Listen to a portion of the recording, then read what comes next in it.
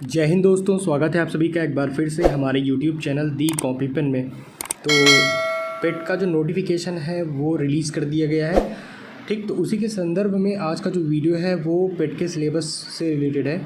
ठीक, तो सबसे पहले हम देखेंगे कि पेट में कितने क्वेश्चन पूछे जाते हैं। तो नंबर ऑफ़ क्वेश्चन जो होता है पेट एग्ज़ाम में वो 100 होता है, 100 होता है। ठीक, और 100 जो क्वेश्चंस रहते हैं और ईच क्वेश्चन इज़ 1 मार्क्स। ठीक, तो जो प्रत्येक क्वेश्चन रहता है वो 1 नंबर का होता है। तो इस प्रकार हमारा जो पूर्णांक बनता है, मैक्सिमम मार्क्स बनते हैं, वो 100 नंबर का हो जाता है। ठीक, तो प्रश्नों की संख्या 100 हो गई और कितने नंबरों का होता है एक प्रकार से बोले तो ये 100 नंबर का होता है, 100 नंबर का होता है। और अगर टाइम की बात करें तो यहाँ पर आपको टाइम में 2 घंटे का समय देखने को मिलता है। ठीक, टाइम हो गया 2 घंटे। ठीक, टाइम 2 घंटे और पूर्णांक हो गया आपका 100 और प्रश्नों की संख्या हो गई आपकी 100। ठीक, तो अभी आप लोग सोच रहे होंगे कि पेट जो 2022 में दिए थे, ठीक, तो उसका तो कोई मतलब निकला नहीं क्योंकि सरकार ने कोई भी वैकेंसी नहीं निकाली है। अगर निकाली भी हुई तो मैक्सिमम जो लोग मैक्सिमम लोग जिन वैकेंसियों का इंतज़ार कर रहे थे वो आए ही नहीं। और इस साल का जो पेट है हो सकता है ना निकाले, लेकिन जो एग्ज़ाम आता है तो आपको पेपर ज़रूर देना चाहिए। पता नहीं कब किस्मत टकरा जाए, कहा नहीं जा सकता ना, कब सरकार का मूड घूमे वैकेंसी निकाल दे। तो कम से कम ये जो प्रारंभिक अर्हता परीक्षा जिसे आप लोग पेट के नाम से जानते हैं, कम से कम इसकी तैयारी करिए। ठीक, 1, 2 या 3 महीने का जो भी समय मिलेगा आराम से तैयारी करिए और अच्छा सा रिजल्ट लाइए। और जब रिजल्ट आ जाए तो निकलवा के एक जगह सेव कर लीजिए, कभी भी ज़रूरत पड़े। ठीक, मान लीजिए ज़रूरत पड़ जाए, ना पड़े ये अलग की बात है, लेकिन अगर जो मौका सामने आ रहा है उसको आप गंवाइए नहीं। ठीक, तो फिर आराम से अच्छे नंबर से पास हो जाइए। तो चलिए देखते हैं इसमें कौन कौन से टॉपिक पूछे जाते हैं। तो पहले हम हिस्ट्री की बात करते हैं। ठीक, भारतीय इतिहास की बात करते हैं, इंडियन हिस्ट्री की बात करते हैं। तो ये जो है 5 नंबर में पूछा जाएगा और इसके अंतर्गत कौन कौन से टॉपिक आपको तैयार करने हैं। इंडस वैली सिविलाइजेशन मतलब सिंधु घाटी सभ्यता करनी है, वैदिक संस्कृति, बौद्ध और जैन धर्म तो आपको एकदम घोल के पी जाना है। मौर्य वंश के बाद आपको जो गुप्ताज डायनेस्टी यानी गुप्त वंश, ठीक, समुद्रगुप्त और चंद्रगुप्त द्वितीय को मेनली फोकस करके पढ़ना है। और मौर्य वंश में आपको सम्राट अशोक को मेनली फोकस करके पढ़ना है। उसके बाद हर्षवर्धन को पढ़ना है। राजपूत काल को मोटा मोटा आपको जान लेना है, कौन कौन से इम्पॉर्टेंट युद्ध या फिर राजा थे, उन्होंने कौन कौन से मंदिर बनवाए, ये सब आपको पढ़ लेना है। सल्तनत काल में भी स्थापत्य कला, युद्ध और क्रम, इनसे रिलेटेड चीज़ें आपको जाननी है। और मुग़ल साम्राज्य में भी आपको युद्ध और किन राजाओं ने कौन से थोड़े बहुत जो भी कार्य करवाए, और स्थापत्य कला से रिलेटेड जो भी चीज़ें हैं, चित्रकला से, और कौन कौन से कवि हुए, ठीक, नवरत्न वगैरह जो भी मुग़ल साम्राज्य में आता है वो आप अगर पढ़ेंगे तो समझ में आ जाएगा कौन कौन सी चीज़ें इंपॉर्टेंट हैं। उसके बाद मराठा में भी इसी तरह जो भी संधि हुई, ठीक, मराठा में कौन कौन से मराठा योद्धा हुए, वीर हुए, ठीक, छत्रपति शिवाजी महाराज के बारे में आपको देख लेना है। और उसके बाद ब्रिटिश राज का अभ्युदय हुआ और जो प्रथम स्वतंत्रता संग्राम है इसके बारे में आपको पढ़ना है। ब्रिटिश राज्य का सामाजिक आर्थिक प्रभाव। तो ये इतने टॉपिक ना आपको भारतीय इतिहास में कवर करने हैं। तो देखिए 5 ही नंबर का है, लेकिन अगर आप हिस्ट्री में पढ़ने बैठेंगे तो आपको बहुत ज़्यादा लगेगा। तो आप इनमें से देखिए जो बेसिक चीज़ें हैं जो आपको याद हैं, तो उनको जब याद है तो आप उनका सिर्फ रिवीजन कर लीजिए। जो भी आपको नई चीज़ें लगती हैं ना उनको पढ़ने की कोशिश करिए, क्योंकि जो चीज़ पहले से ही सभी एग्ज़ामों में पूछी जा रही हैं, जो आपको याद है, बेसिक चीज़ें हैं, तो एग्ज़ामिनर उन सवालों को पूरी तरीके से क्यों ही पूछेगा। हो सकता है 1-2 क्वेश्चन आए, ठीक, कुछ तो नए क्वेश्चन मिलेंगे ही ना। तो इसलिए जो आते हैं उनको आप रिवीजन करिए, बाकी जो नहीं आते हैं उन पर आप फोकस करिए, वन लाइनर तौर पे आप उनको याद कर लीजिए। अब हम भारतीय राष्ट्रीय आंदोलन से इंडियन नेशनल मूवमेंट, इससे भी 5 नंबर के क्वेश्चन पूछे जाएंगे। तो इसमें आपको स्वाधीनता आंदोलन की प्रारंभिक वर्ष, स्वदेशी सविनय अवज्ञा आंदोलन और महात्मा गांधी और साथ ही साथ जो अन्य नेता उनकी भूमिका आंदोलनों में क्या रही है, उनके योगदान के बारे में भी आपको पढ़ना है। क्रांतिकारी आंदोलन तथा उग्र राष्ट्रवाद का उदय, विधायी संशोधन और ब्रिटिश इंडिया एक्ट 1935, भारत छोड़ो आंदोलन, आज़ाद हिंद फौज, नेताजी सुभाष चंद्र बोस।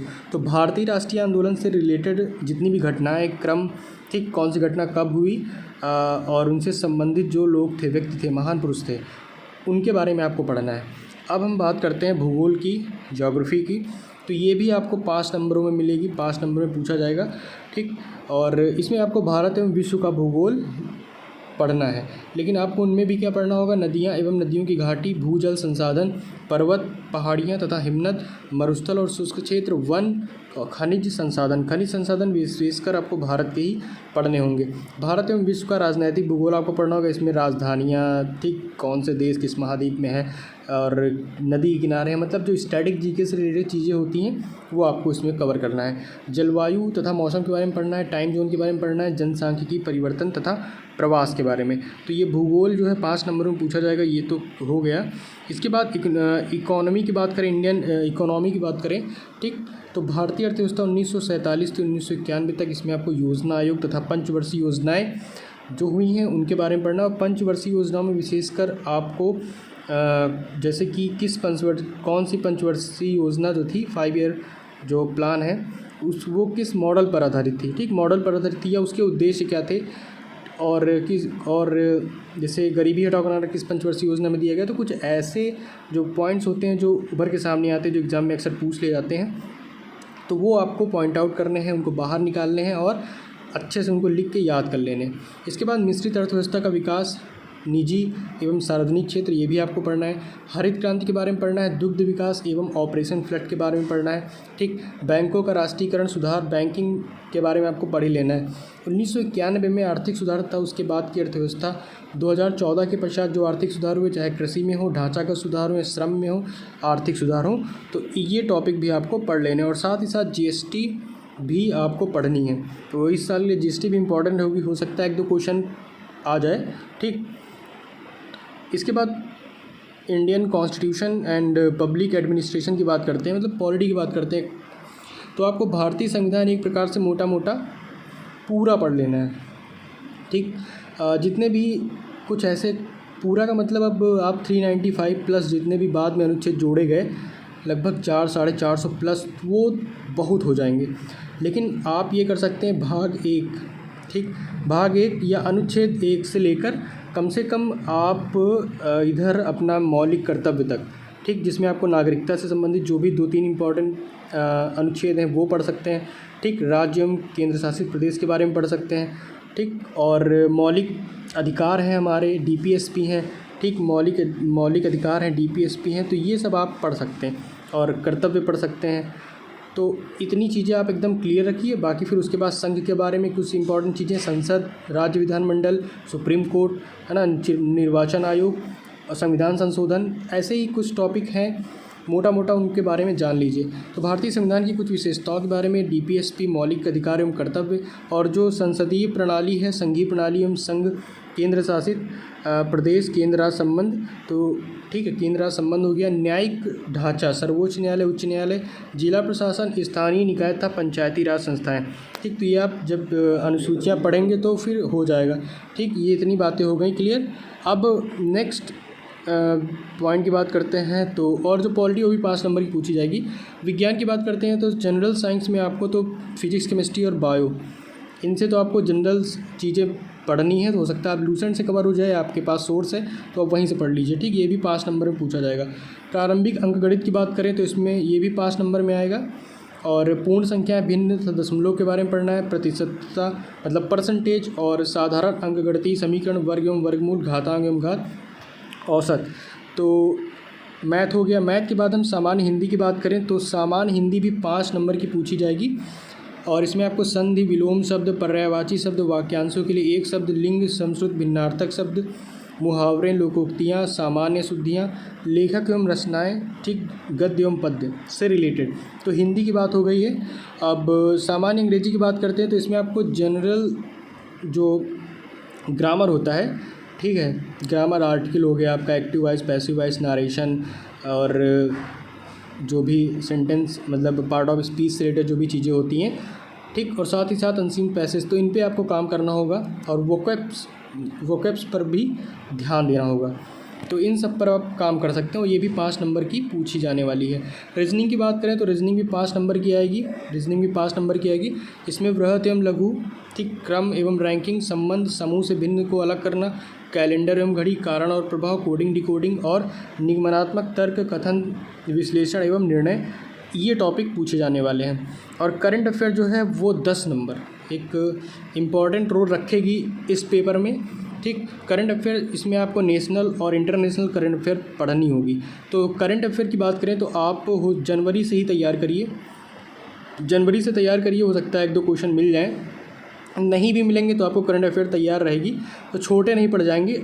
आगामी जितनी भी परीक्षाएँ होंगी कहीं ना कहीं उसके लिए इम्पॉर्टेंट होगा। वैसे तो आप पिछले 6 महीने एग्ज़ाम से पिछले 6 महीनों का देख सकते हैं, लेकिन जनवरी से शुरू करिए बेहतरीन से, और जब तक एग्ज़ाम नहीं आता उसके कुछ दिनों के पहले तक का पढ़ते रहिए। तो आपको इसमें क्या करना है, आप यूट्यूब तो सबके पास होगा, तो यूट्यूब में आप जाकर सर्च बॉक्स में सर्च कर सकते हैं कि भाई हमको जनवरी महीने का करंट अफेयर दिखाओ। मतलब अपने हिसाब से सर्च कर दीजिएगा कि उसमें क्या होगा ना कि एक दिन का नहीं आएगा, 1 जनवरी, 2 जनवरी, 3 जनवरी, ऐसे आपको नहीं पढ़ना, नहीं बहुत लंबा हो जाएगा। आपको बस जनवरी महीने के जो भी इंपॉर्टेंट करंट अफेयर मिले उनको आप एक जगह नोट कर लीजिए, पढ़ लीजिए। फिर ऐसे ही फरवरी का डालिए तो फरवरी किसी अच्छे चैनल से फरवरी का पढ़ लीजिए, फिर मार्च, अप्रैल, मई, ऐसे ही पढ़ते चले आइए, तो ये आपका बढ़िया से कवर भी हो जाएगा। अब जनरल अवेयरनेस की बात करें तो इसमें भारत के पड़ोसी देशों के बारे में और ये 10 नंबर में आपका पूछे जाने वाला है करंट अफेयर। और जनरल अवेयरनेस की बात करें तो ये भी 10 नंबर का आएगा। इसमें आपको भारत के पड़ोसी देशों के बारे में और उन देशों की कौन कौन से राजधानी और मुद्राएं, ठीक, भारत के राज्य केंद्र शासित प्रदेशों के बारे में, और देखिए भारतीय संसद, राज्यसभा, लोकसभा और विधानसभा, विधान परिषद, अब ये सब आप पढ़े रहेंगे तो पॉलिटी में ही कवर हो जाएगा। राष्ट्रीय अंतर्राष्ट्रीय दिवस, विश्व संगठन और उनके मुख्यालय, भारतीय पर्यटन स्थल, ठीक, आर्ट एंड कल्चर, भारतीय कला एवं संस्कृति, और भारत एवं विश्व के जो खेल हैं उनके बारे में। खेलों के बारे में आप ये करिएगा कि देखो नॉर्मल जानकारी तो सबको होती है, लेकिन आप ये जानकारी रख सकते हैं जो भी कि खेलों में किस खेल में कितने खिलाड़ी होते हैं, वर्तमान में कौन कौन से खेल हुए हैं और उनमें कौन कौन जीता है, तो ये आप पढ़ सकते हैं। भारतीय अनुसंधान संगठन, प्रसिद्ध पुस्तकें और लेखक, तो ये टॉपिक आप कवर कर सकते हैं, ठीक। किसमें, सामान्य जागरूकता में। सामान्य जागरूकता के बाद फिर और भी उसमें टॉपिक हैं, जैसे कि आपको पुरस्कार कौन कौन से मिले और जलवायु परिवर्तन। तो पुरस्कारों में भी आप करंट के जो पुरस्कार हैं उनको आप अच्छे से तैयार करिएगा, जो आपके करंट अफेयर से तैयार हो जाएंगे, ठीक। अब देखिए यहाँ पर अपठित हिंदी गद्यांश का विवेचन एवं विश्लेषण, 2 गद्यांश आएंगे 10 नंबर के, मतलब 1-5 1-5, ठीक, 5-5 के 2 गद्यांश आएंगे। और सबसे इम्पॉर्टेंट है आपका ग्राफ की तो आपको बहुत पकड़ बनानी है, क्योंकि यहाँ से आपके सारे क्वेश्चन भी गलत हो सकते हैं और एक क्वेश्चन भी गलत नहीं हो सकता है, ठीक, क्योंकि मैथ में भाई जो चीज़ गलत है, सही है, और सब कुछ आपको ग्राफ से ही मिलेगा। तो ये 20 नंबर का पूछा जाएगा। सबसे इम्पॉर्टेंट यहाँ ग्राफ का है, 20 नंबर का पूछा जाएगा। ग्राफ एवं व्याख्या, ठीक, 2 ग्राफ आएंगे 5-5 नंबर के, ठीक, और तालिका की व्याख्या विश्लेषण, इसमें भी 2 तालिकाएँ आएंगी 5-5 नंबर की, तो हो गया आपका 20 नंबर, 5-5 के 4 क्वेश्चन, ठीक। तो ये आपका पूरा सिलेबस हो गया, हम लोगों ने डिस्कस कर लिया, आई होप आपको समझ में आया होगा। अब कुछ बातें कर लेते हैं कि क्रमांक 1 से 9 पर अंकित शैक्षणिक विषयों से संबंधित जो कठिनाई, मतलब डिफ़िकल्टी लेवल जो होगा वो NCERT पर आधारित 10th और 10+2 स्तर का होगा, ठीक। तो ये 10वीं और 12वीं का स्तर दिया गया है।